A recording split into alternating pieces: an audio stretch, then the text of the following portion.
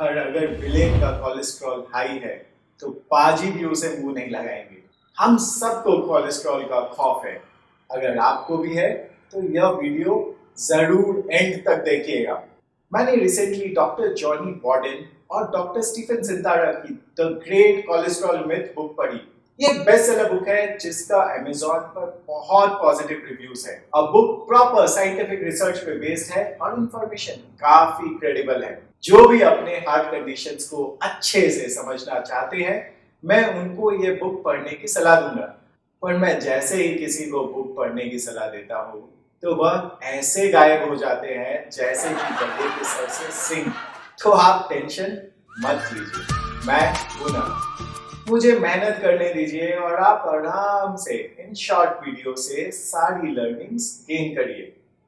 चलिए KHP खेलते हैं, कौन बनेगा हेल्थपति। कोलेस्ट्रॉल दिल की बीमारी को प्रेडिक्ट करने में कितना महत्वपूर्ण है और आपके ऑप्शंस हैं बहुत बहुत बहुत और बहुत। और क्या ऑप्शंस हो सकते हैं, राइट? पर आपका जवाब गलत है। De Lorgeril Lyon diet heart study के मेन रिसर्चर कहते हैं कि कोलेस्ट्रॉल हार्मलेस है। Dwight Lundell MD the cure for heart disease के लेखक कोलेस्ट्रॉल के बारे में कहते हैं, हमने बुल को पकड़ लिया था लेकिन वो गलत बुल था। ऐसा क्यों? कोलेस्ट्रॉल दो तरह के होते हैं, गुड कोलेस्ट्रॉल HDL और बैड कोलेस्ट्रॉल LDL। लेकिन कोलेस्ट्रॉल के कम से कम 13 सब फ्रैक्शंस आइडेंटिफाई हो चुके हैं और कोई भी इक्वली बुरा या अच्छा नहीं है। खासकर LDL जो बैड कोलेस्ट्रॉल माना जाता है। LDL के भी टाइप्स होते हैं जो अच्छे भी होते हैं और कम LDL लेवल्स भी हमारे लिए बुरा होता है। आपको हैरानी होगी जानकर कि बुक के अनुसार टोटल कोलेस्ट्रॉल और LDL के नंबर्स दिल की बीमारी को सही तरीके से प्रेडिक्ट नहीं करते हैं। हाई कोलेस्ट्रॉल लेवल्स का ज्यादा महत्व नहीं है। बुक में ऑथर्स ने ये बहुत डिटेल में एक्सप्लेन किया है, बट मैं आपको छोटे और आसान भाषा में समझाता हूँ। ऑथर के अनुसार कोलेस्ट्रॉल लेवल प्रॉब्लम नहीं है, बल्कि शरीर में इन्फ्लेमेशन प्रॉब्लम है। इंटरनल इन्फ्लेमेशन के बिना आपके कोलेस्ट्रॉल लेवल का कोई महत्व नहीं है। इसलिए सही बुल इंटरनल इन्फ्लेमेशन है और कोलेस्ट्रॉल नहीं। ऑथर्स इसको एक बहुत अच्छे एग्जाम्पल के साथ समझाते हैं। इन दो सिचुएशंस के बारे में सोचिए। सिचुएशन नंबर 1, एक जंगल है जिसमें कई पेड़ हैं और सभी पेड़ अच्छी कंडीशन में है और जंगल में बारिश भी ज्यादा होती है। सिचुएशन नंबर 2, एक जंगल में जिसमें कम पेड़ है लेकिन सभी पेड़ सूख गए हैं और इस जंगल में बारिश भी नहीं होती है। कौन से जंगल में आग लगने और फैलने के ज्यादा चांसेस है? दूसरा जंगल, क्योंकि वहां की कंडीशंस फायर स्प्रेड करने के लिए बिल्कुल परफेक्ट है। कम बारिश। हमारे शरीर में कोलेस्ट्रॉल पेड़ों की तरह होता है और बारिश की कमी शरीर में इन्फ्लेमेशन की तरह होती है। कोलेस्ट्रॉल इतना इंपॉर्टेंट नहीं है जितना इन्फ्लेमेशन है। सिचुएशन 1 में पेड़ों को काटकर आग लगाने के चांसेस कम किए जा सकते हैं, लेकिन क्या यह सही है? पेड़ों का हमारे लिए कई फायदे हैं। इसी तरह से हमारा ध्यान इन्फ्लेमेशन पर होना चाहिए और कोलेस्ट्रॉल पर नहीं। मेरी ओपिनियन क्या है? ये बहुत क्लियर है कि इंटरनल इन्फ्लेमेशन एक बहुत ही इंपॉर्टेंट मार्कर है जिसे हम मिस करते हैं। पर पर्सनली मैं कोलेस्ट्रॉल को भी नॉर्मल रेंज में रखना चाहूंगा, चाहे वो इन्फ्लेमेशन से कम इंपॉर्टेंट क्यों ना हो। पर मैं इन्फ्लेमेटरी मार्कर्स को टोटल कोलेस्ट्रॉल वैल्यू से ज्यादा इंपॉर्टेंस दूंगा। क्या कोलेस्ट्रॉल की दवाइयों से लाइफ बढ़ती है? John Abramson MD Harvard medical school के प्रोफेसर और ओवरडोज अमेरिका के लेखक कहते हैं कि आप दवाई से कोलेस्ट्रॉल लेवल तो कम कर सकते हैं, लेकिन उससे आपकी हेल्थ पर कोई असर नहीं होता और सही कोलेस्ट्रॉल लेवल के साथ मरना कोई ठीक चीज तो नहीं है।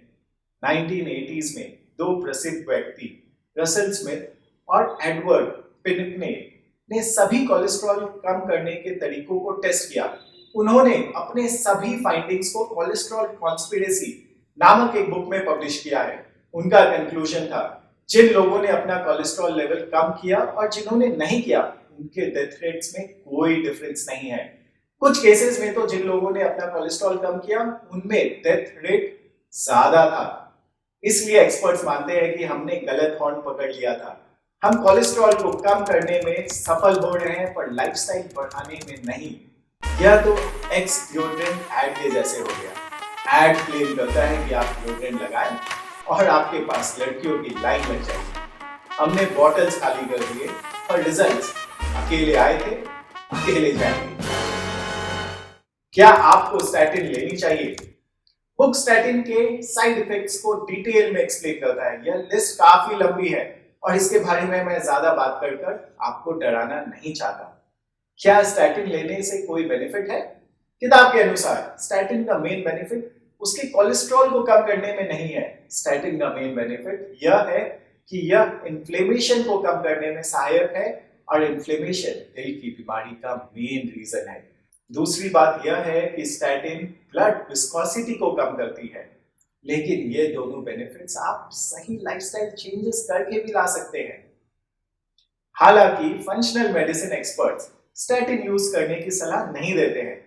इस बुक के ऑथर इस दवाई को केवल मिडिल एज मेन को लेने की सलाह देते हैं जिनको पहले हार्ट अटैक आ चुका हो या उनको सीरियस हार्ट कंडीशंस हो। बुक के अनुसार फीमेल्स, बच्चे, ज्यादा उम्र के लोगों को यह यूज नहीं करना चाहिए। मेरी ओपिनियन क्या है? फर्स्ट अप्रोच कोलेस्ट्रॉल मैनेज करने के लिए लाइफस्टाइल मॉडिफिकेशन ही होना चाहिए, लेकिन सबके लिए यह प्रैक्टिकल नहीं होता।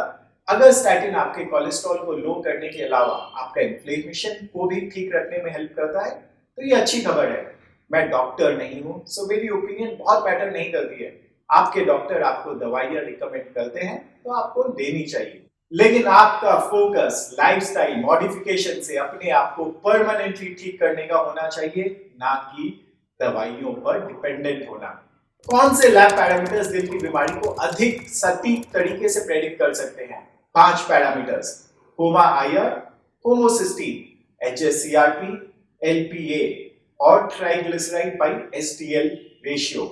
आप डिटेल में इस वीडियो में इन 5 लैब रिपोर्ट के बारे में जान सकते हैं। क्या कोलेस्ट्रॉल लोअर करने के नेचुरल फूड बेस्ड तरीके हैं? डेफिनेटली है। अगर आप चाहते हैं कि मैं वह वीडियो बनाऊं तो आप प्लीज कमेंट में लिखिए। तो आपने क्या सीखा इस वीडियो से? पॉइंट नंबर 1, कोलेस्ट्रॉल हमारे हार्ट हेल्थ के लिए सबसे इंपॉर्टेंट मार्कर नहीं है। आपको इंटरनल इन्फ्लेमेशन और इंसुलिन रेजिस्टेंस डेफिनेटली टेस्ट करवाना चाहिए। पॉइंट नंबर 2, लार्जली आप नेचुरल डाइट से अपने हार्ट को हेल्दी रख सकते हैं। अगर यह वीडियो किसी के काम आएगा तो उसे शेयर करना ना भूलें और साथ साथ लाइक और सब्सक्राइब करके मुझे इनकरेज भी करें। फिर मिलते हैं अगले वीडियो में।